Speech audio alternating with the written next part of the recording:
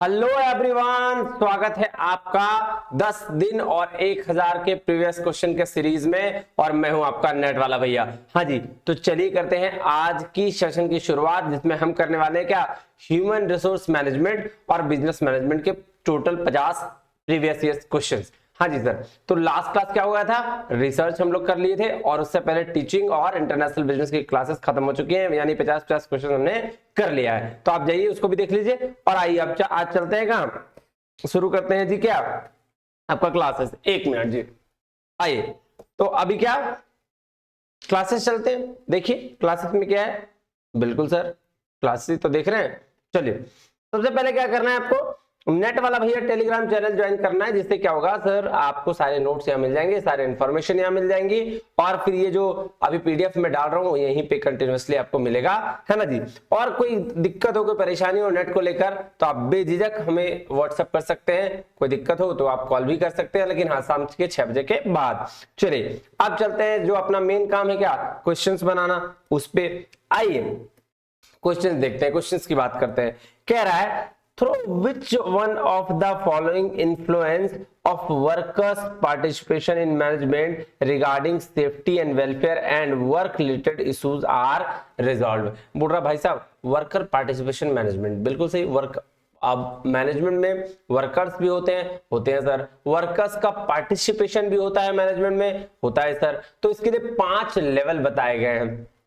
कौन कौन से सर, इंफॉर्मेटिव होता है ना, इंफॉर्मेटिव के बाद कंसल्टेटिव होता है, कंसल्टेटिव के बाद फिर एसोसिएटिव होता है, फिर एडमिनिस्ट्रेटिव होता है और लास्ट में डिसिसिव होता है। देखिए 5 लेवल होते हैं। 5 लेवल में पहला, जो सबसे पहला लेवल होता है इंफॉर्मेशन लेवल, उसमें मैनेजमेंट सिर्फ और सिर्फ क्या इंफॉर्मेशन दे देता है कि भाई ये वाला काम है, इसको तुमको कर लेना है। दूसरा लेवल जो होता है कंसल्टेटिव, कंसल्टेटिव वो लेवल होता है जहां मैनेजमेंट वर्कर्स से कंसल्ट करता है, उनसे जानकारी लेता है, लेकिन फिर भी सारा डिसीजन मैनेजमेंट का ही रहता है। उसके बाद तीसरा जो डिसीजन होता है वो होता है एसोसिएटिव लेवल का। एसोसिएटिव लेवल में यहाँ पे मोरली ऑब्लाइज हो जाते हैं, भाई आपको मानना ही पड़ेगा इसका बात, किसका, आपके वर्कर्स का, तभी आपका ये काम करेंगे। उसके बाद एडमिनिस्ट्रेटिव लेवल होता है। एडमिनिस्ट्रेटिव लेवल में क्या करते हैं कि 4-5 डिसीजन मैनेजमेंट निकाल लेती है, उसमें से बोलती है भाई एक को तुम चुन लो और एक उसी डिसीजन पे फिर काम क्या होता है, आगे की प्लानिंग होती है। और फिर फाइनली लास्ट होता है जी डिसीजन। अब डिसीजन में तो भाई साहब दोनों मिलकर डिसीजन लेते हैं, वर्कर्स भी और मैनेजमेंट भी। तो यही बोल रहा है कि जो सेफ्टी और वेलफेयर की बात है और वर्क रिलेटेड इश्यूज है, वहां रिजॉल्व कर दिए जाते हैं मैनेजमेंट के द्वारा। तो वो कौन सा है सर, वो उसको बोलते हैं कंसल्टेशन, है ना, उसको क्या बोलते हैं जी, कंसल्टेशन। ये देखिए आपका दिया गया इंफॉर्मेशन, कंसल्टेटिव और ये, तो इसी में ये देखिएगा लिखा हुआ है, workers are consulted on the matters of employ welfare such as work safety and health, however final decision affair rest at the top level management. तो यहीं पे वर्क सेफ्टी और हेल्थ का ध्यान दिया जाता है और उसी की बात यहाँ पे ये कर रहा है ना जी। तो वो क्या हो जाएगा, कंसल्टेटिव लेवल। ये देखिए कंसल्टेशन, ठीक है जी। चलिए अब सेकंड नंबर क्वेश्चंस में देखिए, थोड़ा सा फास्ट जरूर होगा क्योंकि क्वेश्चंस ज्यादा हैं, तो आपको मैं बहुत ज्यादा एक्सप्लेन नहीं कर पाऊंगा। अगर आपको किसी क्वेश्चंस में बहुत ज्यादा दिक्कत लगता है तो मुझे व्हाट्सअप करिएगा, मैं आपको बता दूंगा फिर वहां पे। लेकिन अभी बहुत ज्यादा एक्सप्लेन करूंगा तो 2 घंटे चले जाएंगे, ठीक है, इसलिए टाइम कम है और चीजें आपको ज्यादा देनी है, आउटपुट ज्यादा देनी है। चलिए कह रहा है, which one of the following is determinant of organisational climate और कल्चर। अब देखिए क्लाइमेट और कल्चर की बात करें तो कौन आएगा बताइए। तो क्लाइमेट और कल्चर में क्या आएगा सर, क्या हमारा लीडरशिप स्टाइल आएगा, क्या हमारा डिसीजन मेकिंग आएगा, क्या इनोवेशन और चेंज आएगा, या ट्रस्ट आएगा। सर ट्रस्ट की बात ही क्यों करते हो, ट्रस्ट में कहां क्लाइमेट और कल्चर, इनोवेशन और चेंज में भी क्लाइमेट और कल्चर की बात नहीं। डिसीजन मेकिंग तो ये तो मैनेजमेंट का काम है, और लीडरशिप स्टाइल यही हो गया आपका क्लाइमेट और कल्चर, कि जिस तरह से लीडर होंगे उसी तरह से आपकी क्या होगी, मैनेजमेंट की ऑर्गेनाइजेशन कल्चर होगा, ऑर्गेनाइजेशन क्लाइमेट होगा। तो आंसर इज 1, लीडरशिप स्टाइल। चलिए नेक्स्ट चले, ध्यान से देखिएगा। कह रहा है, which one of the following test measure the applicants capacity to learn skill required for a job.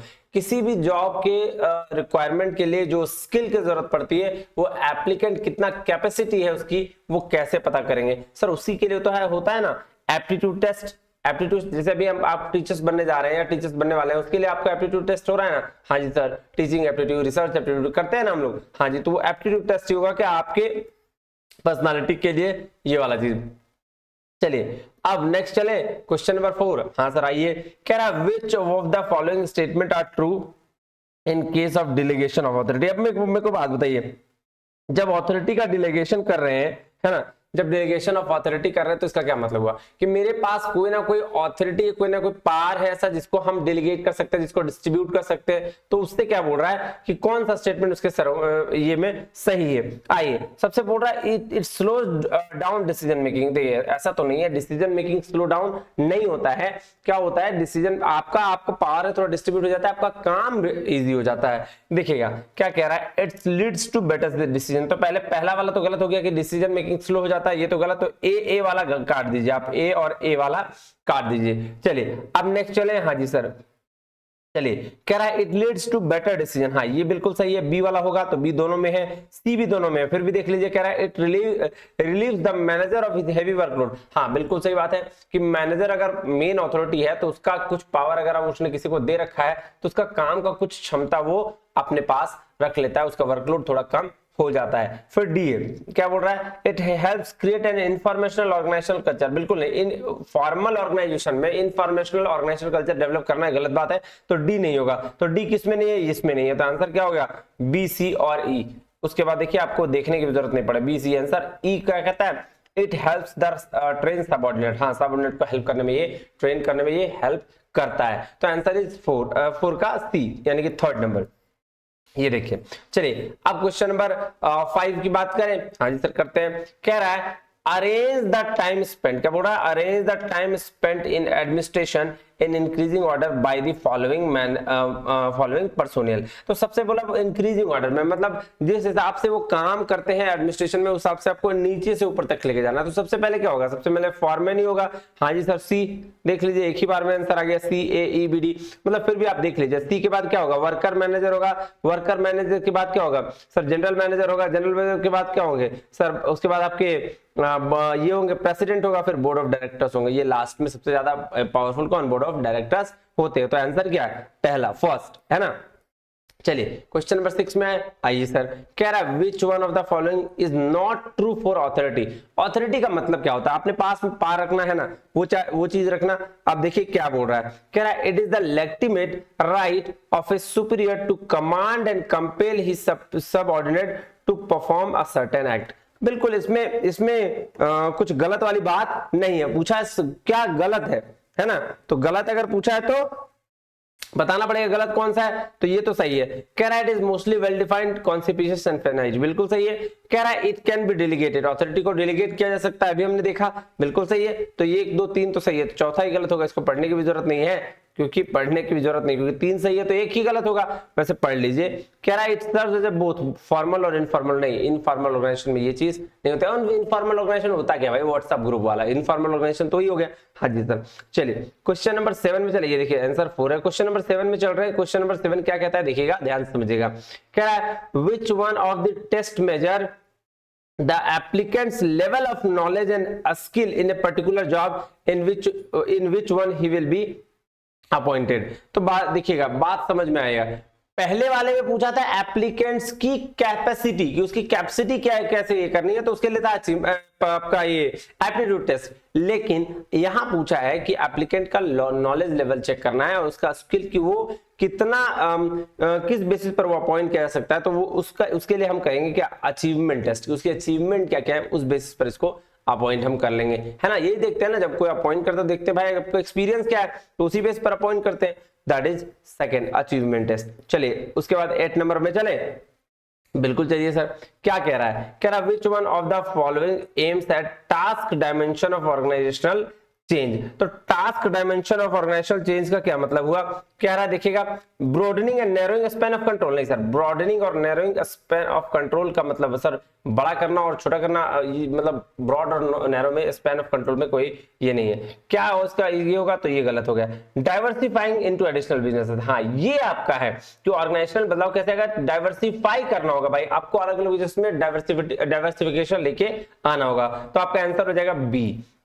चलिए क्वेश्चन नंबर 9 में चले आइए सर। क्वेश्चन नंबर 9 चलते हैं। कह रहा which one of the following forces push up the productivity of employees in an organisation. बोल रहा भाई साहब कौन सा ऐसा चीज है जो आपको पुश कर सकता है किसी भी ऑर्गेनाइजेशन में या ऑर्गेनाइजेशन में एम्प्लॉय होते हैं ना, हाँ, तो एम्प्लॉय की प्रोडक्टिविटी को पुशअप करने के लिए क्या क्या चीज काम किया जा सकता है एक ऑर्गेनाइजेशन में, वो बताया। डिफिकल्टी ऑफ वर्क, नहीं सर ये तो नहीं हो सकता, है ना, बिल्कुल नहीं। डिफिकल्टी ऑफ वर्क को देख के कोई थोड़ी पुश करेगा कि काम ज्यादा है, ज्यादा डिफिकल्ट है तो डर जाएगा, तो ये तो नहीं होगा, एक तो गलत हो जाएगा। तो ए इसमें इसको काट दें सर, ये काट दीजिए और ये काट दीजिए, ठीक है।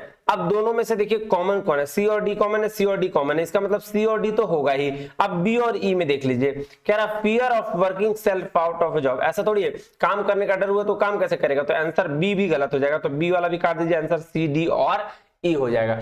ऐसे ही आपको आंसर्स निकालने हैं ताकि आपका टाइम भी बच पाए, बात समझ में आई जी सर, है ना। अब देखिए सीडी में क्या है, इगोस्टिक ड्राइव टू, हाँ ये होता है ना काम करने का ठान लेना कि भाई आज तो हम फाड़ देंगे, काम कर लेंगे, आज जब तक हम 4 घंटे पढ़ेंगे नहीं, 10 घंटे पढ़ेंगे नहीं, मन नहीं मानेगा मेरा, वो होता है egoistic drive to accomplish. Desire for promotion, हाँ ये भी सही बात है कि आपका प्रमोशन होगा इस वजह से भी, और motive towards doing work, motive क्या, काम करने का, इस वजह से। तो ये तीनों क्या है, पुश अप करेगा ताकि प्रोडक्टिविटी ऑफ एम्प्लॉइज का क्या हो सके, बढ़ सके। तो आंसर सी डी और ई यानी कि ये। अब चलिए क्वेश्चन नंबर 10 में चलते हैं, कह रहा है क्वेश्चन नंबर 10 क्या कह रहा है, according to the contingency approach the factors governing the span of management. अब कौन कौन से फैक्टर जो है स्पैन ऑफ मैनेजमेंट को ये करते हैं वो आप देखिएगा। सबसे पहला टाइप ऑफ वर्क, हाँ बिल्कुल सर, टाइप ऑफ वर्क रहेगा तो उसी स्पैन ऑफ मैनेजमेंट मतलब एक मैनेजमेंट के अंदर कितने लोग हैं इसे। तो फिर ability of the manager, manager की ability of the employees, employees की लेवल ऑफ मैनेजमेंट, बिल्कुल से ज्योग्राफिकल लोकेशन, ये सारे फैक्टर्स हैं जो आपको क्या करेंगे, स्पैन ऑफ मैनेजमेंट को कंट्रोल करते हैं। ये देखिए ये सारे फैक्टर्स आपके यहाँ दिए गए, एडवोकेट सुपरविजन, ये आपके दिए गए, तो यानी कि ओवरऑल सारे के सारे फैक्टर्स हैं, इसलिए A B C D E यानी कि 4th नंबर आंसर हो जाएगा। चलिए अब कहते हैं arrange the following stages delegation in correct sequence. अब देखिए डेलीगेशंस को करेक्ट सीक्वेंस में क्या करना है, अरेंज करना है। तो डेलीगेशन मतलब क्या होता है बताइए, तो डेलीगेट करना है ना, जैसे मेरे पास कोई पावर है उसको हम क्या करें, डिलीट करते हैं। मान लो मेरे को पढ़ाने पावर में, मेरे पास स्टूडियो है, मैं बोलूंगा आओ कोई और टीचर्स आके यहाँ पढ़ाएंगे, तो दैट इज मैं अपने अपने पावर को उनके पास क्या किया, आपको डेलीगेट कर दिया, तो वो चीज है। तो अब इस पे क्या करना है, इसका आपका सीक्वेंस देखना है ना। हाँ जी सर, तो आइए सबसे पहले देखते हैं एस्टैब्लिश प्रॉपर कंट्रोल, नहीं सर ये तो नहीं होगा। सबसे पहले क्या करना होगा, सबसे पहले सेलेक्ट द पर्सन, ये भी नहीं। Reward effective delegation and successful assumption of authority, ये तो बात की बात है। कह रहा सबसे पहले define assignment and delegate authority in the light of, हाँ ये बात सही है कि सबसे पहले आप काम डिवाइड कर ले, असाइनमेंट डिवाइड करना तो काम डिवाइड कर लीजिए और उस बेसिस पर आप क्या करिए, ताकि उसका रिजल्ट कैसा आएगा उसको एक्सपेक्ट करके आप डेलीगेट कर दीजिए अथॉरिटी। तो सबसे पहले डी आएगा, डी के बाद आप क्या आएगा सर, उसके बाद यहाँ पे देखना है कि select the person in the light of job to be done, कि कौन सा पर्सन को करे जो वो काम कर देगा। उसके बाद क्या होगा सर, ये उसके बाद करेगा मेंटेन ओपन लाइंस कम्युनिकेशन, उसके बाद ओपन लाइन कम्युनिकेशन करेगा, कोई दिक्कत है तो बताइए। फिर उसके बाद करेगा क्या, आपका इस्टेब्लिश करेगा प्रॉपर कंट्रोल, और फाइनली तब जाके reward effective delegation successfully assumption of the authority के बेस पर ये काम कर देगा। तो ये क्या था आपका, ये था answer is 3rd number. Clear है जी, हाँ जी सर। अब आइए according to Herzberg two factor theory which one is not a maintenance factor. देखिए हाइजीन हर्जबर्ग की 2 फैक्टर थ्योरी है, एक को बोलते हैं हाइजीन जो मेंटेन करता है वो, और दूसरे को बोलते हैं मेंटेनेंस फैक्टर। 2 फैक्टर पे इन्होंने बात करा है, बोला एक फैक्टर ऐसा होगा जिसमें अगर आप पैसा देंगे, इंसेंटिव देंगे या फिर कुछ ऐसे फैक्टर देंगे जिसकी वजह से उनको मोटिवेशन मिलेगा, ठीक है, वो काम करेंगे, लेकिन उनको फर्क नहीं पड़ेगा बहुत ज्यादा। अगर उनको नहीं भी मिलेगा तो फर्क नहीं पड़ेगा, लेकिन कुछ ऐसे फैक्टर होंगे जिसको अगर आप एम्प्लॉइज को नहीं देंगे तो भाई उसको फैक्टर क्या बोलते हैं, वो फैक्टर इंपैक्ट करेगा उनके काम पे, वो काम करने नहीं आएंगे। जैसे सैलरी अगर किसी एम्प्लॉय को नहीं दोगे तो वो काम करेगा नहीं करेगा, तो इंपैक्ट पड़ेगा। लेकिन अगर इंसेंटिव दोगे तो मोटिवेट रहेगा, नहीं दोगे तो भी बहुत ज्यादा फर्क पड़ने वाला नहीं है। तो इसीलिए एक को बोला गया उसने हाइजीन फैक्टर, एक को बोला मोटिवेटर फैक्टर। तो हाइजीन फैक्टर वो मेंटेनेंस फैक्टर का पार्ट होता है, उसको मेंटेनेंस फैक्टर भी कहते हैं। तो वही पूछा है कौन सा है जो है मेंटेनेंस फैक्टर नहीं है। तो आइए, तो सबसे पहले एफिलिएशन और एक्सेप्टेंस, ये थोड़ी ये तो बात भाई अलग चीज की, स्टीम और स्टेटस, हाँ यही, ये जो है ना ये मेंटेनेंस फैक्टर नहीं है, ये अलग फैक्टर है। सिक्योरिटी और सेफ्टी मेंटेनेंस है, फिजियोलॉजिकल नीड्स मेंटेनेंस फैक्टर है। ये देखिए यहाँ पे आपका दिया गया है कि कौन सा, ये इसको हाइजीन को ही मेंटेनेंस फैक्टर बोलते हैं,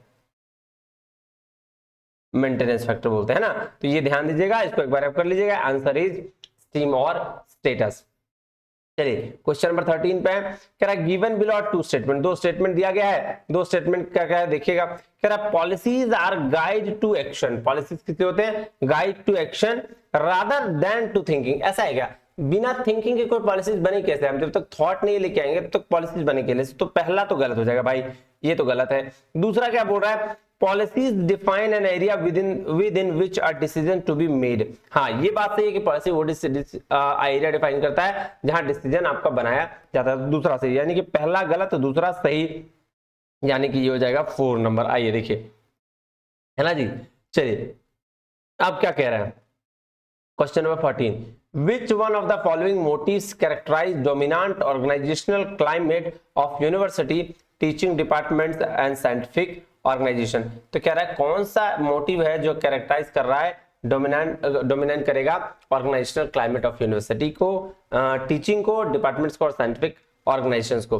तो भाई इसको बोलते हैं एक्सपर्ट पावर, अगर आप एक्सपर्टीज है तो ये काम कर सकते हैं आराम से। अब आइएगा देखिएगा नेक्स्ट, ठीक है। कह रहा है क्वेश्चन नंबर 15, ध्यान से देखिएगा, अच्छा क्वेश्चन है। कह रहा है हॉस्पिटल एडमिनिस्ट्रेशन में think that the patient want better food.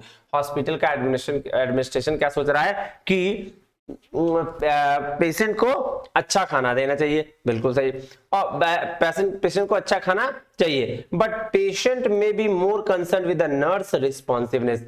और पेशेंट क्या सोच रहा है, पेशेंट क्या सोच सकता है कि भाई नर्स का रिस्पॉन्स नहीं है, इसमें नर्स के बारे में वो ध्यान दे रहा है। बताइएगा इसमें पूछा कि above statement pertain to which of the following service gap, कौन सा गैप हो रहा है। एक तो हॉस्पिटल के एडमिनिस्ट्रेशन के बारे में सोच रहा है, एक तो हॉस्पिटल एडमिनिस्ट्रेशन सोच रहा है पेशेंट के बारे में, और पेशेंट सोच रहा है कि भाई नर्स देगा काम करेगा। तो गैप किस में देखिएगा, कह रहा है gap between the consumer expectation and management perception. हाँ यही इसका पहला ही आंसर हो जाएगा इसका, दूसरा तीसरा पढ़ने की जरूरत नहीं है, क्योंकि एक कंज्यूमर का एक्सपेक्टेशन है कि भाई हमको बढ़िया खाना मिला, और मैनेजमेंट का परसेप्शन है कि हम बढ़िया खाना उसको दे, ठीक है। तो यही दोनों इसमें लिखा हुआ है। देखिए ऑप्शन इज क्या, फर्स्ट। कह रहा है क्वेश्चन नंबर 16, क्वेश्चन नंबर 16 क्या कह रहा है, from which of the following employees derive authority. कौन सा ऑप्शन जो दिया गया है वो एम्प्लॉय डिराइव करेगा क्या, ऑथोरिटी को। आइए सबसे पहले देखते हैं, सबसे पहले क्या, सबसे पहले आपका पोजीशन डिराइव करेगा ऑथोरिटी, बिल्कुल सर, बिल्कुल डिराइव करेगा। एक्सपीरियंस भी डिराइव करता है ऑथोरिटी को, बिल्कुल। मोरल वर्थ, हाँ सर। पास्ट सर्विस इंटेलिजेंस, पांचों का पांचों आपका क्या करेगा, डिराइव करेगा ऑथोरिटी, क्योंकि पांचों चीजें जो है ऑथोरिटी तभी लेके आती है जब ये आपके पांचों चीजें आपके पास रहे।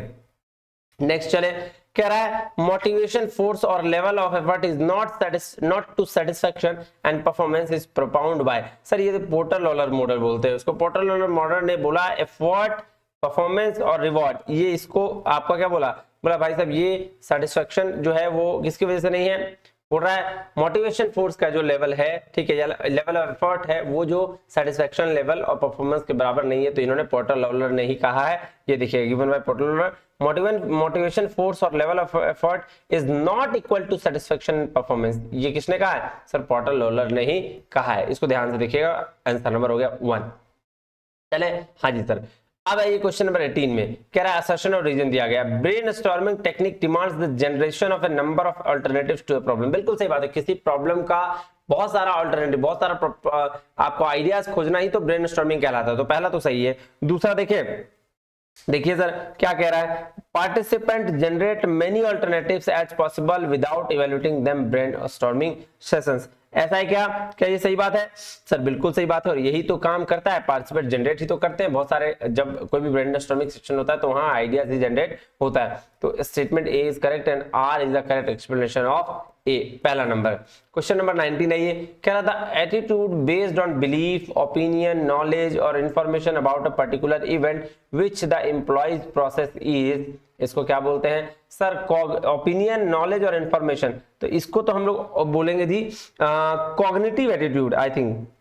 हाँ जी सर, ये क्या होगा, कॉग्निटिव, क्योंकि बात बेस्ड ऑन बिलीफ है, ओपिनियन और नॉलेज है, ये तीनों बेस पर है, तो इसलिए cognitive attitude answer is third. चलिए क्वेश्चन नंबर 20 की बात करें। आइए, कह रहा है arrange the following stage of staffing in the correct sequence and indicate the code of correct sequence. बोल रहा है स्टाफिंग का जो सीक्वेंस दिया उसको अरेंज करिए। तो सबसे पहले क्या होता है सर, सबसे पहले बताइए तो सर, सबसे पहले आपका रिक्रूटमेंट होना चाहिए, बिल्कुल सही बात है ना। रिक्रूटमेंट के बाद क्या होगा सर? रिक्रूटमेंट के बाद सिलेक्शन होगा, है ना। रिक्रूटमेंट को सिलेक्शन, सिलेक्शन के बाद क्या करेंगे? तो सर सिलेक्शन के बाद करेंगे आपका इंडक्शन, क्योंकि सेलेक्ट करने के बाद हमको इंड्यूस करना पड़ता है ना, कंपनी क्या करती है नहीं करती है। बिल्कुल सही। उसके बाद फिर परफॉर्मेंस अप्रेजल और तब जाकर ट्रांसफर। तो यही हो जाएगा आपका आंसर क्या? 2 4 5। 2 4 5 देखिए कहाँ है? 2 1 4 2 4 5, यानी कि 4 नंबर आंसर, है ना। आइए जी, चलिए नेक्स्ट क्वेश्चन चले। कह रहा है which one of the following is not an advantage of external recruitment. External recruitment और इंटरनल दो तरह के रिक्रूटमेंट होते हैं। हाँ जी सर। इंटरनल रिक्रूटमेंट मतलब आपके पुराने एम्प्लॉइज हो गए, फिर या फिर किसी के रेफरेंस से आप गए तो वो इंटरनल। लेकिन एक्सटर्नल रिक्रूटमेंट मतलब क्या होगा कि बाहर से बहुत जितने भी पेपर्स के थ्रू आए, नए एडवर्टीजमेंट के थ्रू आए, वेबसाइट के थ्रू आए, वो सारा सब एक्सटर्नल रिक्रूटमेंट है। हाँ जी सर। अब उसमें बोल रहा है क्या इसका एडवांटेज नहीं है, तो scope of resentment, jealous and hurt are avoided. अरे भाई ये इसका थोड़ी है, ये तो इंटरनल का आपका क्या इंटरनल रिक्रूटमेंट का चीज है कि वहां पे जेलसी वगैरह होती है तो उसको अवॉइड किया जाता है। तो ये तो इंटरनल का चीज है, तो पहला ही हो गया कि आपका सही। चलिए जी, क्वेश्चन नंबर 22। क्वेश्चन नंबर 22 क्या है सर? ये आपका थ्योरी ऑफ मोटिवेशन के बारे में दिया गया है और उसके कौन प्रोपाउंडर है उनकी बात करी गई है। तो डॉक्टर विलियम ऑची, है ना। विलियम ऑची ने कौन सा भाई थ्योरी दिया है? ये जेड थ्योरी दिया है इन्होंने। मैकग्रेगर ने एक्स थ्योरी दिया है, हर्जबर्ग ने हाइजीन थ्योरी दिया है और मास्लो ने नीड हायरार्की थ्योरी दिया है। तो एक का थर्ड, है ना, एक ही में है, यानी कि थर्ड नंबर। तो आइए ये देखिए थर्ड आंसर हो गया। चलिए क्वेश्चन नंबर 23 कह रहा है choose the correct code from the following statement, correct और इनकरेक्ट, है ना। देखिएगा स्टेटमेंट 1 क्या दे रहा है? कह रहा है an identifiable group of people contributing their effort towards attainment of goal is called organization। बिल्कुल सही। इसमें तो मुझे नहीं लगता है कोई गलती है, कोई गलती है बताइएगा तो। क्या बोल रहा है जी? एन आइडेंटिफाइबल ग्रुप, है ना, of people contributing their efforts toward attainment. हाँ बिल्कुल सही। यही तो ऑर्गेनाइजेशन का काम होता है कि भाई मेरा गोल को अटेन करना। एक ग्रुप ऑफ पीपल होते हैं, उसमें कंट्रीब्यूट करते हैं अपने एफर्ट को और उस बेसिस पर आपका गोल को अचीवमेंट करते हैं। यही तो ऑर्गेनाइजेशन का काम है। चलिए दूसरा देखें। कह रहा है in its broader sense the organisation refers to the relationship between the various factor present in the given endeavour. बिल्कुल सही। ये दोनों का दोनों सही है, यानी कि फर्स्ट एंड सेकंड, मतलब first and second are correct, यानी कि थर्ड नंबर आंसर। चलिए क्वेश्चन नंबर 24 देखें। आइए, ये तो अभी पढ़ा है हमने, इसको फिर से एक बार देख लेते हैं, है ना। क्या कह रहा है? In which one of the following forms of workers participation in management is the role of workers council not just advisory but the management is under an moral obligation to acknowledge, accept and implement the unanimous decision of the council. देखिए यहाँ पे अगर management moral obligation हो जाता है, उनको काम करना पड़ेगा, तो इसको बोलते हैं एडमिनिस्ट्रेटिव लेवल, है ना। एडमिनिस्ट्रेटिव लेवल पे ही ये काम होता है। एक minute, moral obligation to acknowledge, नहीं, आई थिंक ये एसोसिएटिव लेवल है। एसोसिएटिव के बाद एडमिनिस्ट्रेटिव होता है और उसके बाद ही ये होता है। एक मिनट में देख लूं। आइए, तो पहला नंबर क्वेश्चंस में एसोसिएटिव, तो हाँ एसोसिएटिव ये थर्ड नंबर है आई थिंक। सॉरी यहाँ पे ये थोड़ा गलत लिख के है, इसको सही कर लीजिएगा आप, ठीक है। एक मिनट, कहाँ चल गया जी?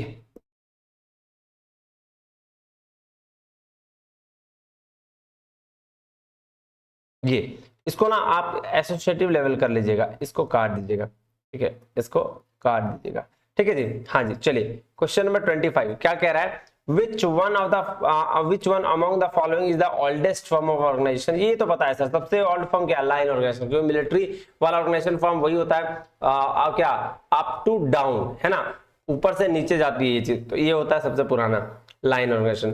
कह रहा है which one of the following is not an primary determinant of organizational culture। Sir chain होता है, ठीक है, और स्पैन भी होता है। कैपेसिटी और लोअर रेट्स नहीं सर, ये नहीं है इसका पार्ट, ठीक है ना। लोअर रेट्स और कैपेसिटी में से क्या हम ऑर्गेनाइजेशनल स्ट्रक्चर को देखेंगे? पॉसिबल नहीं है। ये स्पैन ऑफ मैनेजमेंट भी होता है और चेन भी होता है, लेकिन पावर और कंट्रोल भी होता है, डिफरेंशिएशन और इंटीग्रेशन भी होता है, लेकिन ये कैपेसिटी और लोअर रेट्स नहीं होता है। तो चलिए आंसर इज सेकंड। चलिए अब क्या कह रहा है क्वेश्चन नंबर 27 देखिएगा। कह रहा है people repeat behaviours that bring them satisfaction and pleasure and stop those that bring them dissatisfaction or pain is known as।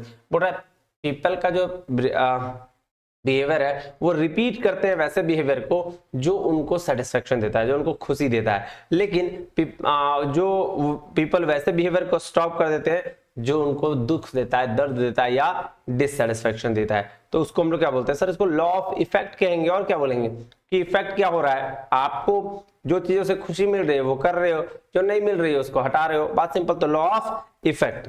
चलिए क्वेश्चन नंबर 28 कह रहा है which of the following can be categorized as people processing services। इसमें तो जब आया था ना बच्चों ने इसमें बहुत गलती करी थी। people processing services ये है जी आपका हेल्थ केयर। क्यों? क्योंकि हेल्थ केयर में ही पीपल का प्रोसेस होता है, वहीं तबियत, वो पानी जो बिगड़ता है आपका वो ठीक होती है ना, तो हेल्थ केयर इसीलिए।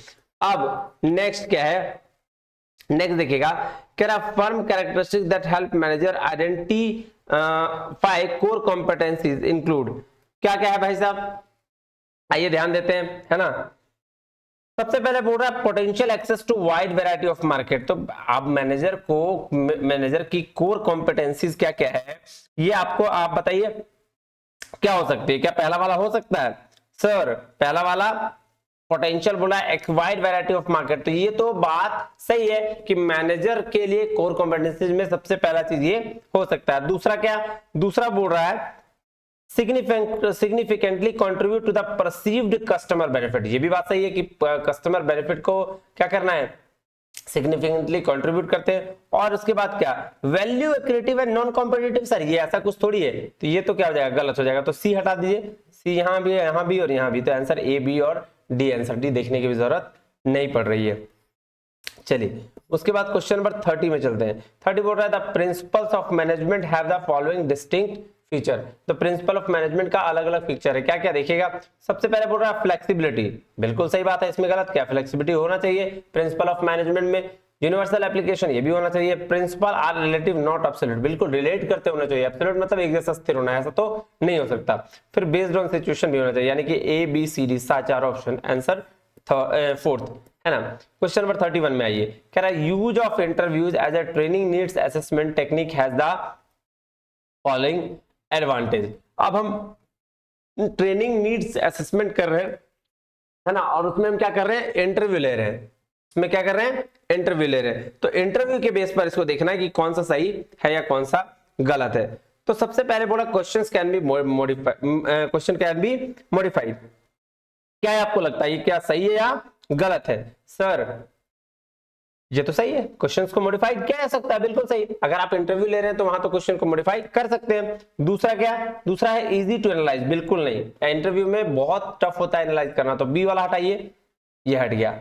और बी देखो, ये आंसर खुद निकल के बोल रहा है ए और सी, तो बी इजी टू एनालाइज नहीं है। सी में देख लीजिए can explore unanticipated issues that come up, बिल्कुल एक्सप्लोर कर सकते हैं वो सारे इश्यूज को जो आप नहीं देखा है। और डी लेस टाइम कंज्यूमिंग, क्या बात कर रहे हो सर, डी बहुत ज्यादा टाइम कंज्यूमिंग है इंटरव्यू। तो आंसर ए और सी यानी कि थर्ड नंबर। चलिए क्वेश्चन नंबर 32 में चले, आइए सर। क्वेश्चन नंबर 32 कह रहा था एडवांटेज ऑफ इन, एक minute, the advantage of incentive payments are. क्या क्या एडवांटेज है आपका इंसेंटिव पेमेंट का, बताइए तो। Sir in ease in the introduction of new machine, ऐसा है क्या, नया मशीन से क्या मतलब इसको। तो पहला ए वाला गलत, काट दीजिए, ए यहां भी गया यहां भी गया। चलिए कह रहा बेटर यूटिलाइजेशन ऑफ इक्विपमेंट, हाँ ये मतलब आप कह सकते हैं कि बेटर यूटिलाइजेशन किसका है, इक्विपमेंट का। हाँ तो ये सही हो सकता है, बी सही होगा। रिड्यूस एब्सेंटेजम, हाँ अगर आप उसको इंसेंटिव देखो तो एब्सेंट कम करेगा, टर्नओवर भी ठीक रहेगा, तो बी और सी हो सकता है। डी क्या, इंक्रीज स्क्रैप है, भाई स्क्रैप क्यों बढ़ाएगा, जब आप इंसेंटिव दीजिएगा तो स्क्रैप क्यों बढ़ाएगा।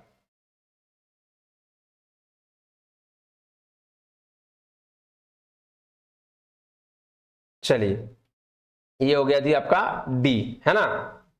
तो आपका आंसर क्या हो गया, ए बी और सी। क्वेश्चन नंबर 33, क्वेश्चन नंबर 33 देखिए, कह रहा arrange the following characteristics of stages group development in the increasing order. अब इसको अरेंज करने की बात कर रही है ना। तो सबसे पहले क्या, सबसे पहले बोल रहा है ग्रुप स्टेजेस डेवलपमेंट को इंक्रीजिंग ऑर्डर में करने के लिए बोल रहा है। आइए तो सबसे पहले क्या करना है, इसमें क्या करना है ये देखिएगा। सबसे पहले हम क्या करेंगे, मेंबर्स को मॉडरेटली ये करेंगे, उसके पॉजिटिव एक्सपेक्टेशन देखेंगे about why they are there, ये क्यों यहाँ पे हैं, ये काम करने बोलेंगे। तो क्वेश्चन नंबर ई हो गया। उसके बाद क्या, उसके बाद हो गया जी डी। डी में क्या है, कॉन्फ्लिक्ट, उसके बाद conflict start rising due to the क्या होगा, opinion difference.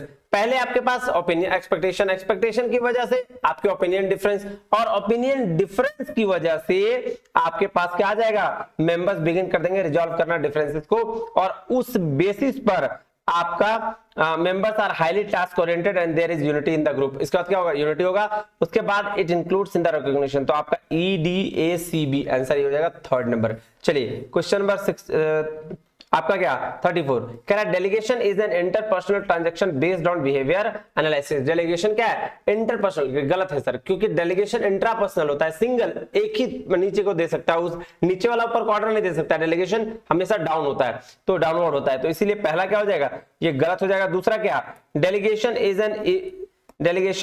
An evolutionary and development process which needs encouragement and reinforcement. तो डेलीगेशन क्या है, एक इवोल्यूशनल ये चीज है, यहाँ ये सही है। दूसरा क्या हो जाएगा, सही। तो पहला गलत, दूसरा सही, यानी कि 4 नंबर ऑप्शन आपका हो जाएगा आई।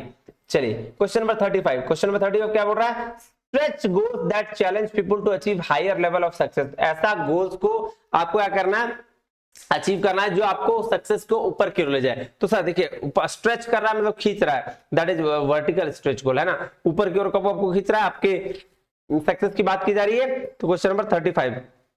उसके बाद क्वेश्चन नंबर 36 में बोल रहा है usually in which of the following performance appraisal technique subject self ratings are negatively correlated with their subsequent performance in an assessment centre. तो इसको बोलते हैं सेल्फ रेटिंग्स। क्या बोलता है जी, सेल्फ रेटिंग्स। उसके बाद देखिएगा नेक्स्ट क्या है जी, question number 37 which of the following can be categorized as information processing services. ठीक है, तो हाँ ये कैसे बोल रहा है, प्रोसेसिंग सर्विसिंग के लिए, तो ये क्या हो गया सर, ये लीगल सर्विसेज हो जाएगा, ये देखिएगा। उसके बाद क्या है, use of focus group and collaboration tools as a training need assessment technique has the following disadvantage. तो क्या क्या डिसएडवांटेज है इसकी बात करनी है, फोकस ग्रुप और कोलैबोरेशन टूल्स में, है ना। अब उस समय क्या इंटरव्यू को लिए थे, अब यहाँ फोकस ग्रुप और कोलैबोरेशन को ले रहे हैं ट्रेनिंग नीड असेसमेंट के लिए। तो आप मुझे बताइए इसमें क्या क्या चीज हो सकती है sir, time consume and organisation. तो ये क्या सर, ये तो आपका क्या हो जाएगा, गलत हो जाएगा, ये नहीं होगा।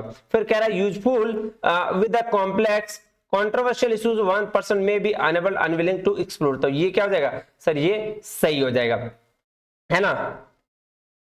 एक मिनट, मैं क्या बोल रहा हूँ यार, एक मिनट क्या हो रहा है, बोल रहा है फोकस ग्रुप कोलैबोरेशन का ट्रेनिंग नीड असेसमेंट टेक्निक मिलेंगे। हाँ टाइम कंज्यूमिंग और ये ऑर्गेनाइज, ये तो है बाय, बिल्कुल ये तो सही हो जाएगा। ये क्या है, कॉम्प्लेक्स कंट्रोवर्शियल, ये बिल्कुल भी नहीं होगा। उसके बाद क्या है, questions can not be modified to explore. Sir ऐसा, तो ये क्या है, क्वेश्चन को मॉडिफाइड नहीं कर सकते हैं एक्सप्लोर करने के लिए, अनएंटिसिपेटेड इश्यूज के लिए। ठीक है, तो ये क्या हो जाएगा, ये हो जाएगा जी सही। तो सही हो जाएगा क्या, नहीं, question can be modified, can not नहीं, अगर कैन रहता तो सी भी गलत, तो आंसर क्या डी। ठीक है, तो ए और डी यानी कि थर्ड आंसर। ठीक है, इसको थोड़ा देख लीजिएगा, है ना।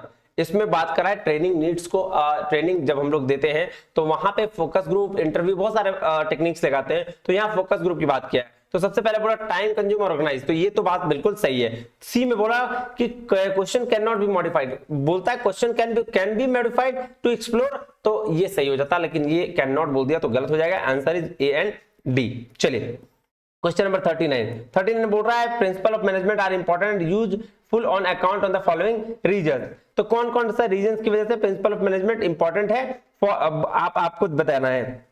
सबसे पहला टू इंक्रीज मैनेजरियल एफिशिएंसी, बिल्कुल सही है। अटेन सोशल ऑब्जेक्टिव्स, बिल्कुल सही। टू ट्रेन मैनेजर्स, बिल्कुल सही। टू इंप्रूव रिसर्च, बिल्कुल सही। To coordinate material and human resources, तो ये सारा का सारा सही है। आंसर इज 4, है ना जी। चलिए कह रहा arrange the following stages of the process of organisational charge of sequential order. तो सबसे पहले क्या होगा बताइए, कौन सा चीज है, पढ़े कह रहा है detailed consideration of propose change, sir ये तो पहले नहीं होगा, ऑर्गेनाइजेशनल चेंज की बात कर रहा है ना। ऑर्गेनाइजेशनल चेंज में सबसे पहला प्रोसेस वो होता है क्या, नहीं, सबसे पहले नीड फाइंड करते हैं, वोकेशनलाइज द नीड टू चेंज, है ना, डी। उसके बाद क्या सर, उसके बाद हम देखेंगे कि तब detailed consideration of propose change की बात करेंगे, है ना। डी के बाद ए, आप डी के बाद ए देखिए तो आंसर आपका यही निकल के बता दे रहा है, डी ए ई बी सी, आपको ज्यादा पढ़ने की जरूरत भी नहीं है। क्वेश्चन नंबर 41 कह रहा management is a set of principles relating to its functions, बिल्कुल सही। कह रहा management is essential to run all types of organisation, बिल्कुल सही है, ये और ये सही है ना। एक मिनट मैं क्या कर रहा हूं जी, management is the essential to run, हाँ देखिए दोनों सही तो है लेकिन कोरिलेट नहीं है, R is the not right explanation of it, answer is B. क्योंकि ये बोला है मैनेजमेंट क्या सेट ऑफ प्रिंसिपल है फंक्शन से रिलेटेड, मैनेजमेंट एसेंशियल भी है all run to run all types of organisation, ये भी सही है, लेकिन दोनों एक दूसरे कोरिलेट नहीं कर रहा, तो answer is B. Question number 42 कह रहा है management according to information is used for which of the following distinctive purpose, किस पर्पस से मैनेजमेंट अकॉर्डिंग इंफॉर्मेशन का यूज करना है। तो आइए तो देखते हैं क्या बोल रहा है जी, है ना। सबसे पहला मेजरमेंट के लिए बिल्कुल सही, क्या रिकॉर्डिंग ट्रांजेक्शन के लिए, कंट्रोल के लिए बिल्कुल सही, रिकॉर्डिंग ट्रांजेक्शन के लिए नहीं, ये तो गलत हो गया, सी। तो सी सब में काट दीजिए, ये आंसर क्या हो गया, ए बी और डी, ये सही आंसर निकलता है। चलिए क्वेश्चन नंबर 43 कह रहा है which one of the following is not true for the functional organisation, कौन सा ट्रू नहीं है फंक्शनल ऑर्गेनाइजेशन के लिए। तो सर फंक्शनल ऑर्गेनाइजेशन के लिए ये सही नहीं है कि ये rule it is based on principle, ये यूनिटी ऑफ कमांड पे बेस्ड बिल्कुल भी नहीं होता है ना। तो ये इसके लिए क्या है सर, यही इसका आपका सही नहीं है। आइए चलिए क्वेश्चन नंबर 44 में देखें, कह रहा logically sequence the following steps of managerial decision making process. तो सबसे पहले क्या करेंगे, हम डिफाइन प्रॉब्लम को डिफाइन करेंगे, वही करना है ना, बताइए। सबसे पहले क्या करेंगे, प्रॉब्लम को डिफाइन करेंगे, उसके बाद हम क्या करेंगे, ऑब्जेक्टिव डिफाइन करेंगे, और फिर तब जाके आइडेंटिफाई करेंगे पॉसिबल आउटकम्स को, बेस्ट सॉल्यूशन ढूंढेंगे और इंप्लीमेंट कर देंगे decision, D A E B C. चलिए आंसर हो गया। Question number the functions of lower management are, lower management के क्या क्या फंक्शंस हैं ये मुझे बताइएगा। तो sir executive plans in according to the policies and directives of the top management, नहीं सर ये मिडिल मैनेजमेंट का काम है, तो ए तो गया, तो ए काट दीजिए, ए यहाँ गया। अब देखिए डी कॉमन है, बी और ई में देखना है। चलिए maintaining discipline among the workers, हाँ ये बात काम है, तो आंसर क्या हो जाएगा, बी डी और ई, क्योंकि बी यहाँ सही हो गया है ना, तो ये हो गया सही जी। चलिए अब कह रहा हूं coined the term collective bargaining, ये सिडनी वेब और ब्रिट्रेस वेब ने दिया है। चलिए कह रहा है which one of the following is not correct to respect matrix organisation, क्या है इसके कौन सा सही नहीं है, it is a combination of functional product, सही है। Functional department are not permanent fixtures of, क्या बात करो यार, फंक्शनली तो परमानेंट होता है, प्रोडक्ट का काम होता है लेट का, आया उससे गया, तो ये दूसरा गलत हो जाएगा, तो यही आंसर आपका सही है। चलिए क्वेश्चन नंबर 48 क्या कह रहा है, कह रहा है select the correct code of the statement being incorrected, it is an significant feature of human that he plans, बिल्कुल सही। एक मानव का यही तो काम है कि भाई वो प्लान करता है, और plan is a trap to capture the future, बिल्कुल सही बात है। तो ये क्या होगा, दोनों का दोनों सही हो जाएगा। क्वेश्चन नंबर 49 कह रहा है in real terms worker participation in management has failed in India, WPM क्या हो गया, फेल हो गया इंडिया में कुछ दिन पहले, बिल्कुल सही है। There is a lack of attitudinal change, multiplicity of unions and absence of procedure to determine sole bargaining agent in the organization, ये भी सही है, दोनों का दोनों सही है और करेक्ट एक्सप्लेन भी कर रहा है। क्वेश्चन नंबर 50 में बोल रहा है which of the following code represents the full form of bars, bar का फुल फॉर्म पूछ रहा है, बिहेवियरली एंकर्ड रेटिंग स्केल, ये देखिए जी, ये हो गया 50 क्वेश्चंस आपके कंप्लीट, है ना। फिर मिलते हैं अगले वीडियो में, तब तक के लिए बहुत बहुत धन्यवाद, थैंक यू वेरी मच, जय हिंद।